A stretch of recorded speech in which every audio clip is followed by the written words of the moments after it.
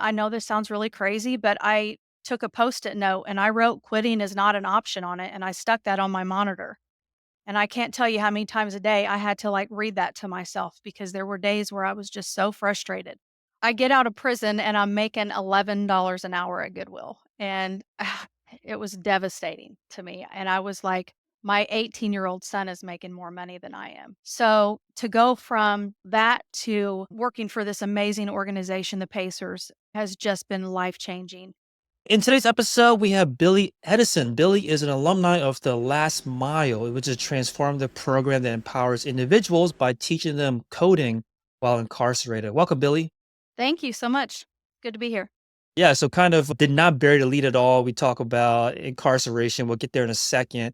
But I want to talk a little bit about your career before getting to more of a technical job. You spent over 2 decades, 23 years in the medical field. You never saw yourself doing anything other than being in the medical career. Tell us more about like what that experience was like and why change from that career path. I started doing things in the medical field when I was back in high school. I took some vocational classes to become a CNA, and from there went on to do phlebotomy and absolutely fell in love with laboratory work. From phlebotomist, I went to a lab tech and then eventually started doing supervisor work and absolutely loved it and never ever seen myself doing anything else. I literally thought I would retire doing that. Obviously, that didn't work out. Back in 2016, I made some really bad decisions. I was suffering from alcohol abuse, drug abuse, had lots of depression and anxiety issues, and made some really bad choices that landed me in prison. Yeah, so let's go back 2016. Obviously, a major turning point in your life with your Yes. your sentencing, and then inside you encountered the Last Mile program. When you heard about this program, was it something that you immediately knew you wanted to get involved in? Like, how excited or how into it were you, or were you skeptical? What was going through your mind? When I first heard about the program, I said absolutely not. I was actually at Rockville at the time when the program started there and had absolutely no desire. Again, I just felt like the medical field was something I would do for the rest of my life. And I transferred to IWP and did a few programs there.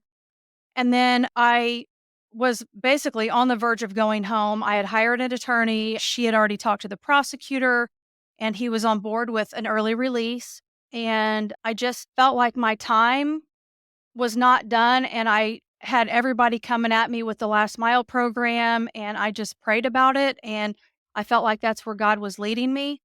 So I ended up calling my attorney and telling her that I was going to go ahead and stop the modification and stay in prison and do the program, which obviously has changed my life. So, Yeah, tell us more about what that's like. Who was teaching it? What was the curriculum like? How's the program structured? well, obviously, when I got into the classroom, I found out pretty quickly that it was not going to be an easy program to do. On day one, I was like, I didn't think I was going to be able to finish the class. It was really hard and it was completely out of my comfort zone, something that I had never even thought about doing before. We had a facilitator. She didn't really teach. We had people that would come on virtually twice a week and teach a class. And then we had TAs in the classroom that would like help us do the projects. The curriculum was basically you were learning front end development first, and then the second half you learned the back end part of it. But it was definitely hard, but it was also very family oriented. I felt like I was a part of something way bigger. I enjoyed going to class every day. It gave me something to look forward to. It really helped with my confidence. And it also just made me realize that I can do something different, that I can do something hard. Yeah, I want to touch on that where you said that you never thought about doing this before. And I'm curious, like, not only what changed your mind, but specifically if you were to talk to someone else that is out there that kind of has this inkling or this opportunity to change careers and they might be turned off from it or at least hesitant to do it because they might be thinking what you're thinking, which is, I'm already doing what I'm doing. Let me just continue doing what I was doing before.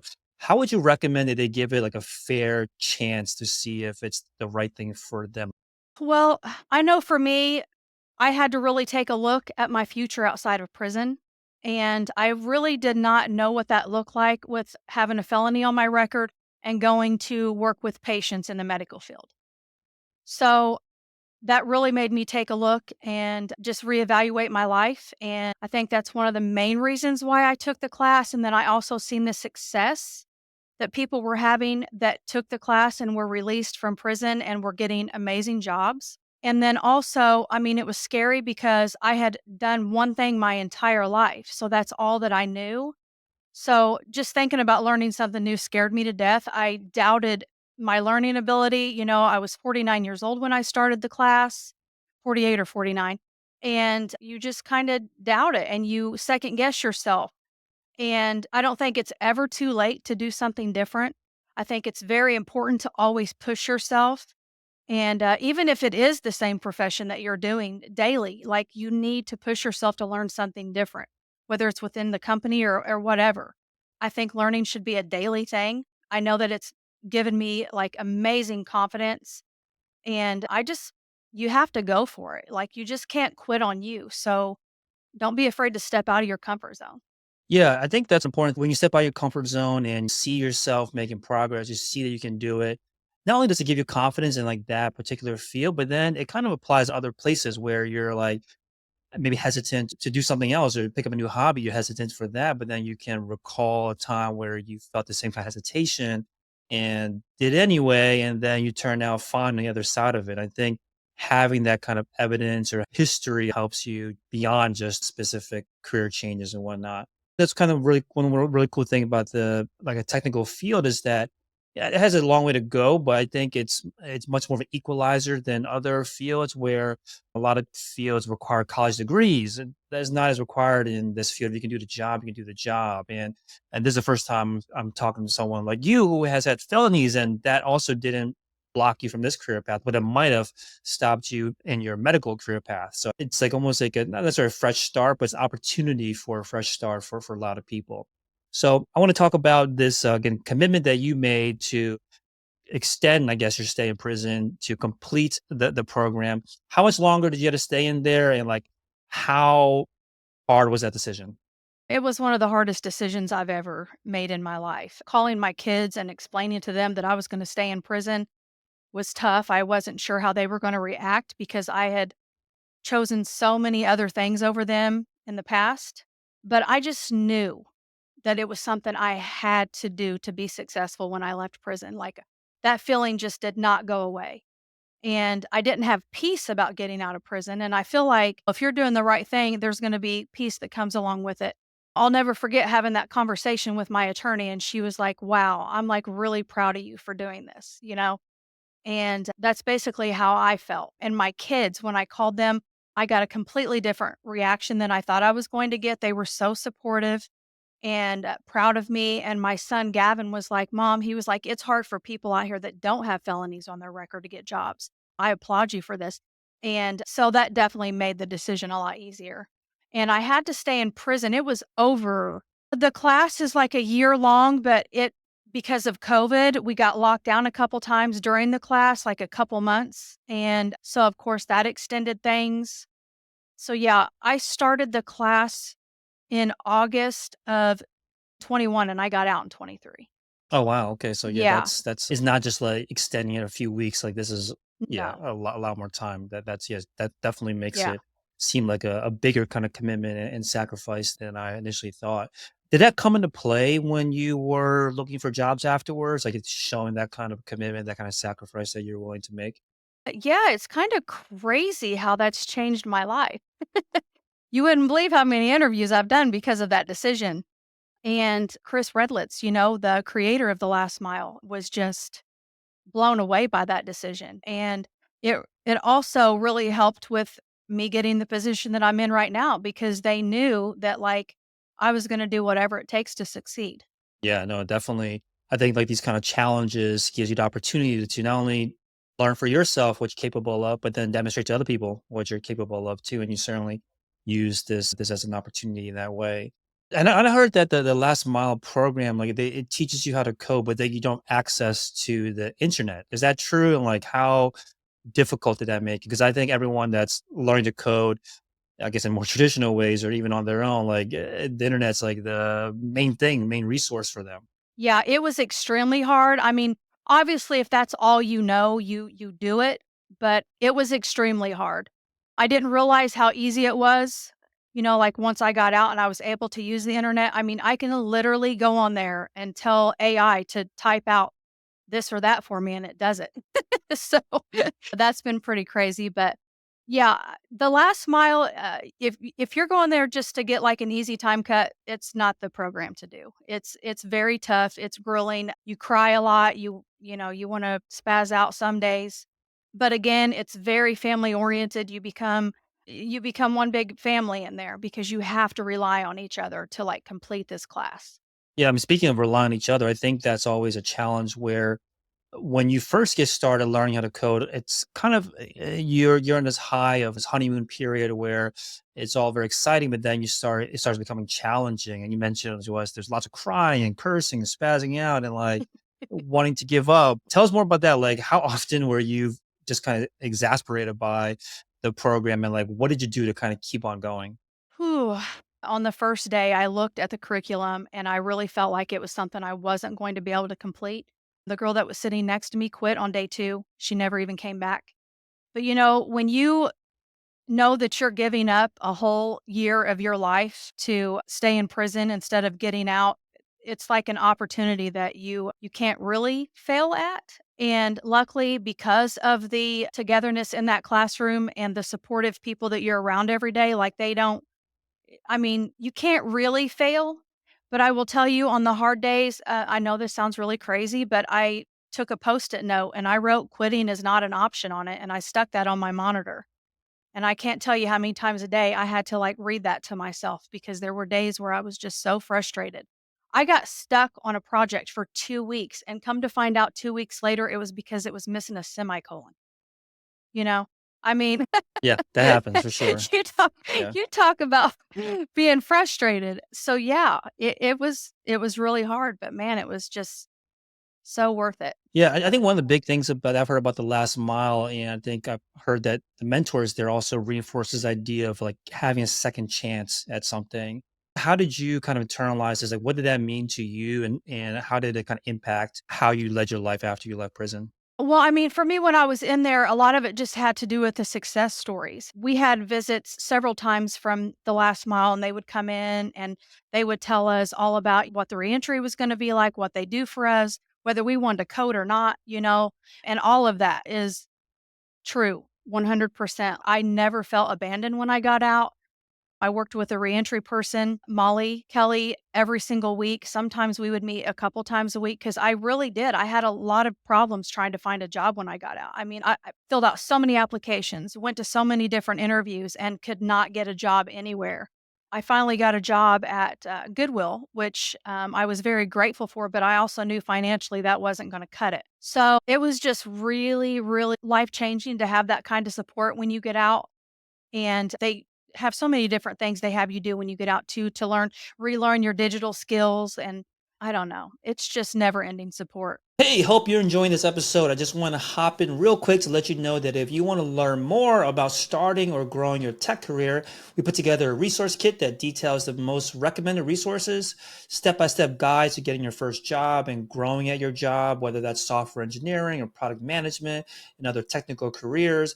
You also get the interview transcript from this video, a summary and cliff notes, again, of this video, all for free. All you gotta do is go sign up for the email list that's in the description of this video, and that's it. All right, let's get back to the interview. Yeah, and so after your release, it's kind of like back to square one in a lot of ways because Mhm. now not only were you away for many years, but you're wanting to change career paths. You might not be able to even go back to your old career path again. And during this time where you struggle to find employment, I can imagine that being pretty terrifying that you spent all this time. Now you stayed in prison for longer to go through this new career path, and it maybe at the time didn't seem like it might not pan out. Can you take us back to that moment and like how dark did it get? How did you find the I'm not sure if it's the courage or the intuition to keep on going and keep being ambitious rather than falling back to old careers or a career path that wasn't what you spent time during the last mile focusing on. Yeah, terrifying is exactly what it was because again, I had put in so much work while I was in prison, not just in the classroom, but just really to change who I was as a person because going into prison, I had a lot of issues. that needed to be worked out. And I had put in so much work. And whenever I got out, I felt like no one was seeing that. No one was recognizing that. I did. It was terrifying. Just going into grocery stores, going into a department store, like all of that was so scary to me. And it was basically, I mean, I was literally starting over. And again, that's where Molly came in. Like, I can't even tell you, I would call her and I would just cry and I would be like, I have so much to offer. Like, I have so much to offer somebody and no one's given me a chance. And what's pretty amazing about this whole experience is, and I tell people now when I go back into the classrooms, someone is always watching and paying attention to you. So it's so important to like do the right thing. And that's another reason why I got selected for this position to apply for it and to interview for it is because I had done time with Molly and Molly knew me inside. And that was life changing. It's been an experience that I will always appreciate, and I will always have so much respect and love for this program and the classrooms and just everything that it stands for. Yeah, that's definitely very inspiring that you're able to keep on going even though it seemed like everything was against you. It almost seems like the felony record was going to hold you back from everything. So it sounded like ultimately your network was what was able to secure you this job. Because tell us more about like your current role now. We see that you work with the Indiana Pacers as a help desk technician. Tell us more about that was a job I'm assuming that you got through Molly. Can you tell us more about what the interview process was like, and do you remember the moment you received the job offer and what that felt like? Yeah. So Molly told me about the position. I think it was either July or August. The process took a while, but she had told me that the Pacers were looking to hire someone from the last mile. And I just couldn't wrap my head around that. I have lived in Indiana pretty much my entire life. I have always been a Pacers fan. I have gone to games my entire life. And so the thought of working for the team that I absolutely adore it was just like too big to even think about. And I started doing a lot of prep work with Molly and the last mile, mock interviews, working on my digital skills, all that good stuff. So it was most definitely a process. There was a lot of back and forth, and I started interviewing, I think, in September. I don't really know the time frame, but I'm pretty sure it was around September. And I just remember being terrified because I was interviewing with some people that had some pretty big titles. And it was crazy because I just remember being so scared. And then I started having these conversations, and it was like um, all of that disappeared because they were so respectful of where I'd come from. They were respectful of the work that I'd put in, and they were just so kind, and I didn't feel any kind of judgment. Although the process took a while, it was pretty awesome. The organization, the people that work here are just incredible.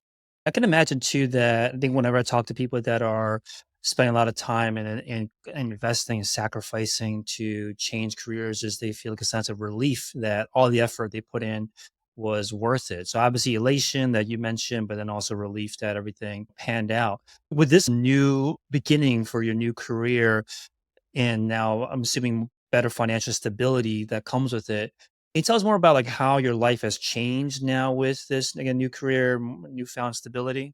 Oh, it's incredible. I get out of prison and I'm making $11 an hour at Goodwill, and it was devastating to me. And I was like, my 18-year-old son is making more money than I am. So to go from that to working for this amazing organization, the Pacers, has just been life changing. My first day, I will never forget, I got to meet Steve Simon. He's the owner of the Pacers. And it was just incredible. He actually come to meet me. I think I blacked out. I don't really remember what I said. I had to ask my boss the next day.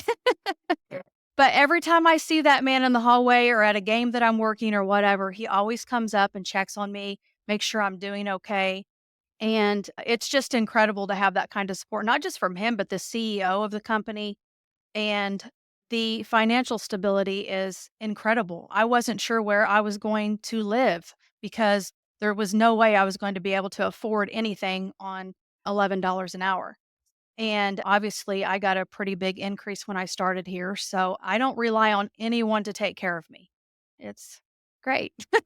Yeah, I mean, that is amazing. And I'm not sure how comfortable you are talking about the reason you were in prison, but I think the important thing to take away is that from stories like yours is that it kind of reemphasizes this, like it reemphasizes this reality that most of us aren't that many mistakes away from being a much worse spot. So I think your story, a lot of people might not have gone to prison or gone close to going to prison, but I think it's important that this reality is kind of possible for a lot of people. And I think your story is very inspiring that you're able to still come back from this, take any chances that are given to you and make the best out of it. It's like truly inspiring. So I guess one question to leave you with, I want to ask you is when looking back on the journey, what are some of the kind of biggest lessons that when you reflect back on all of it?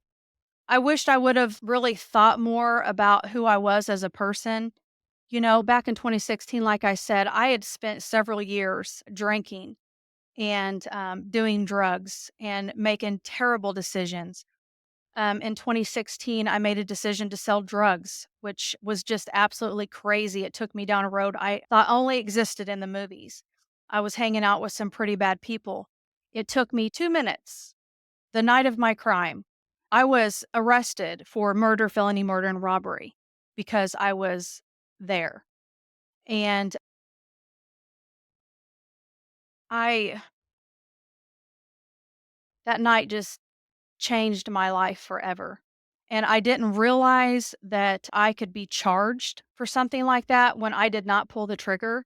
I was there. I definitely I don't ever doubt or argue the fact that I deserved prison time because I absolutely did and it changed my life and I wouldn't be here without prison. Let's just put it that way. I guarantee you I would have died because the road that I was on was very scary and I was hanging out with people that did not care about the life of others. So, obviously, that decision changed my life forever, and I was looking at 65 plus years in prison. I only ended up doing a little less than 7, but yeah, someone else's decision to do something really stupid caused a lot of pain in my life, in the victim's life, her family, my kids. I mean, there's always a ripple effect, you know? And I really thought I mean, for the longest time, it took me a long time to realize that my life was not over because I thought it was. It was like that was the scariest thing I had ever experienced in my life. And that's what made me realize that I have got to do something to change who I am. There was something wrong with me. I'm not blaming anyone else because there had to be something wrong with me to make the choices I was making, to make a choice to sell drugs, to make a choice to hang out with people like that, to go to that apartment that night. You know, I don't blame anybody else but me. And that's why it was critical for me to make the changes that I needed to make to become a better person. I appreciate you being vulnerable and sharing all of that. And I can imagine back in 2016, you probably couldn't see this version of yourself today. I'm sure you probably couldn't imagine that you'd be in the situation that you are today, especially after maybe after the sentencing. You probably could never imagine you come be out of prison and be on the cusp of this like new career. And so for listeners out there that obviously probably are not as extreme situations that you were in, but still might feel stuck or they can't see this new version of themselves in the future, but they still need something, they need to move towards something, but they can't see a version of themselves on the other side of it. What advice do you have for them when they can't see this version of themselves, but they know they need to become that? Yeah, I definitely when I was sitting in the chair in the classroom, never in a million years did I see myself working for the Indiana Pacers. Like, I knew that it was going to help break some of the barriers that I would encounter when I got out of prison, but had no idea where it was gonna lead me. And that's, again, one of the things I tell the people in the classrooms when I go visit the prisons now is, like, "You have no idea, like, what you have in store." So, I don't know, you just have to, like, go for it. Like, again, quitting's not an option, you're worth it, don't give up on yourself, and, just because you can't see it doesn't mean it's not going to happen.